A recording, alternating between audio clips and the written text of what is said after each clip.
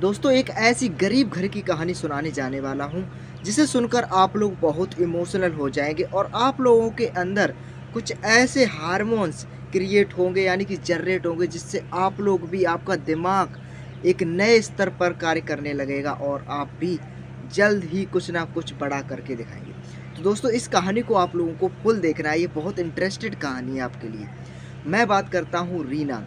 रीना नाम की एक लड़की थी, जिसे पढ़ाई का बहुत शौक था, उसके ख्वाब बहुत बड़े-बड़े थे और वह चाहती थी कि मैं भी बहुत अमीर और अपने घर को रोशन करूँ। तो दोस्तों ये क्या उसके ख्वाब पूरे हो पाएँगे? इस कहानी में आप लोगों को एंड तक बने रहना है और सुनना है। तो आइए स्टार्ट करते हैं। मैं बात कर रहा हूँ अलवर गाँव की कहानी को, जिसमें रीना नाम की एक लड़की रहा करती थी, जिसके पास ना धन था, ना दौलत थी, ना कोई भी किसी भी प्रकार की खेती थी। बस उसके पास थी एक गरीबी और एक गरीबी ने उसे इतना अमीर कैसे बनाया है, वो आज मैं आप लोगों को एक्सप्लेन करने वाला हूँ। उसके पिता का नाम था सुशांत। अब सुशांत क्या करते थे, सुशांत जो है इधर-उधर करके यानी कि थोड़ा बहुत मेहनत मजूरी करके कमाया करते थे। 100, 200 या 300 रुपए कमाया करते थे और उससे ही अपनी गुज़र-बसर करते थे। लेकिन एक दिन दोस्तों क्या होता है, 200 रुपए का उन्होंने काम किया, तो क्या करते हैं वो एक किताब लेते हैं एनसीईआरटी।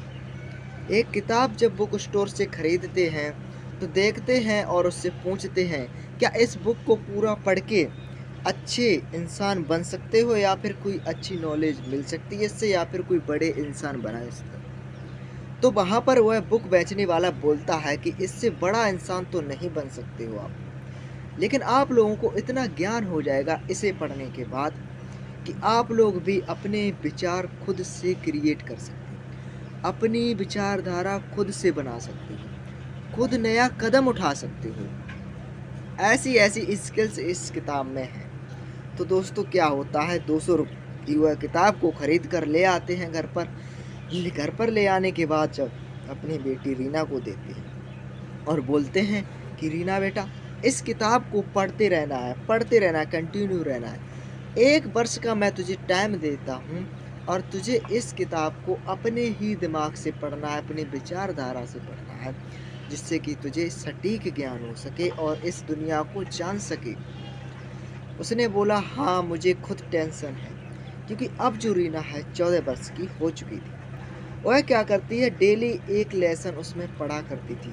ये कोई लेसन नहीं था बल्कि एक स्किल चैप्टर था, जिसे डेली कंटिन्यू करती थी, तैयार बॉडी लैंग्वेज अपनी सुधारती थी और धीरे-धीरे 1 साल बीत जाता। 1 साल बाद जब उसने पूरी किताब को पढ़ डाला और बहुत अच्छे से पढ़ा, जिससे कि उसे कोई मिस्टेक ना हो। अब दोस्तों उसके पास ना डिग्री थी ना कोई इंटरमीडिएट मार्कशीट थी। अब वह इंटरव्यू देने जाए, किसी को अपनी स्किल शेयर करे, तो कैसे करे, क्योंकि उसकी वहाँ तक तो औकात ही नहीं थी।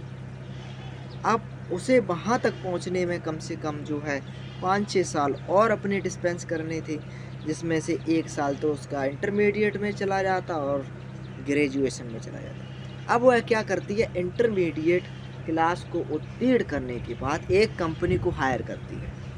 जैसे ही वह इस कंपनी में पहुंचती है तो उसे इंटरव्यू के लिए बुलाया जाता है। ये एक फॉर्मेलिटी थी, लेकिन वहाँ पर लेबरर का काम किया जाता था और उसे जो है वही काम मिलता। लेकिन उसकी स्किल, सोचिएगा, जो उसने अपनी स्किल्स को इम्प्रूव किया है, सुधारा है, वह कितने काम आती है आज देख लीजिएगा। जब वह मैनेजर के सामने पहुंचती है तो मैनेजर इंटरव्यू में पूछता है, क्या मेरी कंपनी में अगर कुछ गड़बड़ी आती है या मेरी कंपनी की इकोनॉमी डूबती है तो तुम क्या कर सकते हो? उसने अपने स्किल्स के हिसाब से उसे एक्सप्लेन करके दिखाया और वह बहुत खुश हो गया। उसने कहा कि अगर मेरी कंपनी में थोड़ी-सी भी आँच आती है या फिर थोड़ा-सा भी उसका जो है शेड्यूल गिरता है या फिर उसका प्रॉफ़िट लॉस में जाता है, तो मुझे कुछ ऐसे आइडियाज़ लगाने होंगे जिससे कि मैं उसे रिकवर कर सकूँ। तो वहाँ पर मैनेजर पूछता है कि ऐसे क्या आइडियाज़ हैं जो आप लगाओगे और मेरी कंपनी को फिर से जो है अच्छी स्थिति पर पहुँचा दोगे? तो लड़की बड़े ही सच्चे और स्वभाव से कहती है और अच्छे भाव से कहती है कि ऐसे-ऐसे करके मैं आपकी कंपनी को इम्प्रूव कर सकती हूँ। उसकी बातों को जब वह सुनता है तो वह फँस जाता है। ये एक स्किल्स का असर है, एक इंसान का असर नहीं, ये स्किल्स का असर है। वह फँस जाता है और उसे जो है वहाँ का मैनेजर बना देता है। सोचिएगा अपना स्थान छोड़कर उसे वहाँ पर बैठा देता है। लेकिन जब वह पूछता है कि तुम्हारे पास कोई ग्रेजुएशन है? कहती है नहीं, मेरे पास कोई ग्रेजुएशन नहीं। वह बोलता है अगर आपके पास कोई ग्रेजुएशन होता तो शायद मैं आपको मैनेजर बना सकता था। लेकिन फिर भी आप इसमें कोई वर्कर की तरह काम नहीं करोगे। आप यहाँ की जो है मेन असिस्टेंट रहोगे, हेड असिस्टेंट रहोगे। हेड मतलब जितने भी लोग काम कर रहे हैं उसकी ओनर। आपको बस कंपनी में मेरी कंपनी में अच्छे माल की इधर-उधर वेरीफ़ाई करना, इधर-उधर सबमिट करना, ये सब प्रोसेस करना होगा। ठीक है, डाटा को कलेक्ट करके डाटा को चढ़ाना होगा। ठीक है, डाटा अपलोड करना होगा। ऐसे-ऐसे करके मैनेजर उसे सारी बात समझा देता है और कुछ प्रैक्टिकली करके भी दिखा देता है, जिससे वह तुरंत बात को डिटेक्ट कर लेती है और वहाँ की हेड जो है असिस्टेंट बन जाती है। उसकी सैलरी बहुत थी। सैलरी जो है मैनेजर ने 30,000 कर दी थी उसकी, एक इंटरमीडिएट लड़की की। सोचिएगा, जब उसके पास 30,000 का रोज़गार आ गया था, फिर उसने धीरे-धीरे 5 साल तक और मेहनत की और अपने ग्रेजुएशन के साथ-साथ उसने कंपनी में 8-10 लाख रुपए का भी प्रॉफ़िट कर लिया था। अब 8-10 लाख का जब उसने प्रॉफ़िट किया, तो उसकी सोच बढ़ने लगी थी और वह चाहती थी कि मुझे तो कुछ बड़ा बनना है। अब क्या करती है, एक यूपीएससी में अपना जो है इन्वॉल्वमेंट रह लेती है, अप्रूवमेंट ले लेती है उसका। अब क्या करती है, सारी बुकों को ले आती है और उसकी तैयारी में लग जाती है।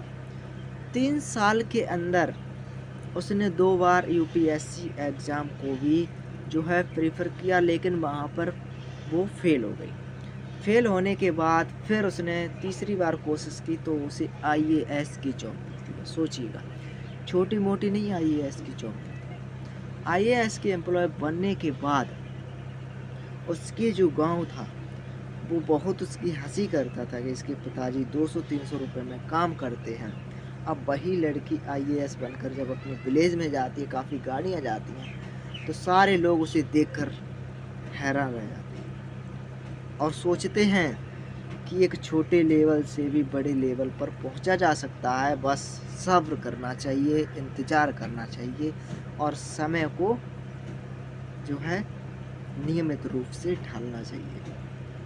समय के अनुसार ढलना भी चाहिए। ये सब उस लड़की ने सिखा दिया था उन गाँव वालों को और गाँव वालों ने उसे कॉपी किया और गाँव वाले भी अच्छे सक्षम हो गए थे अपनी ज़िंदगी में। अब वो भी अच्छे बिजनेसमैन बन चुके थे और लड़की जिसने अपनी लाइफ में बहुत मेहनत की, बहुत ज़्यादा संघर्ष किया, वो आज आईएएस है।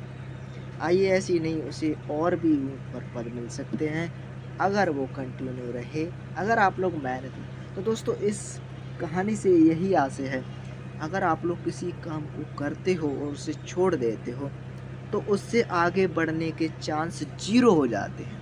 लेकिन अगर आप लोग किसी भी काम को करते हो धीरे-धीरे, भले ही आप 1 घंटे उसमें टाइम दे रहे हो 12 घंटे के बजाय और आप उस काम को करते रहते हो, कंटिन्यू करते रहते हो, पूरी लाइफ भर करते रहते हो, तो उस काम में आपको सफलता मिलेगी, ज़रूर मिलेगी। क्योंकि समय बहुत है आपके पास। तो आप लोग समय की रिस्पेक्ट करो, ये मत सोचो समय बहुत है तो उसके ऐसे ही व्यर्थ जाने दो। बस अपने दिमाग से आइडिया लगाओ और खुद कुछ करके दिखाओ। तो इस वीडियो को दोस्तों के साथ शेयर कर देना और चैनल पर नए हो तो सब्सक्राइब करना मत भूलिएगा। Bye bye, take care.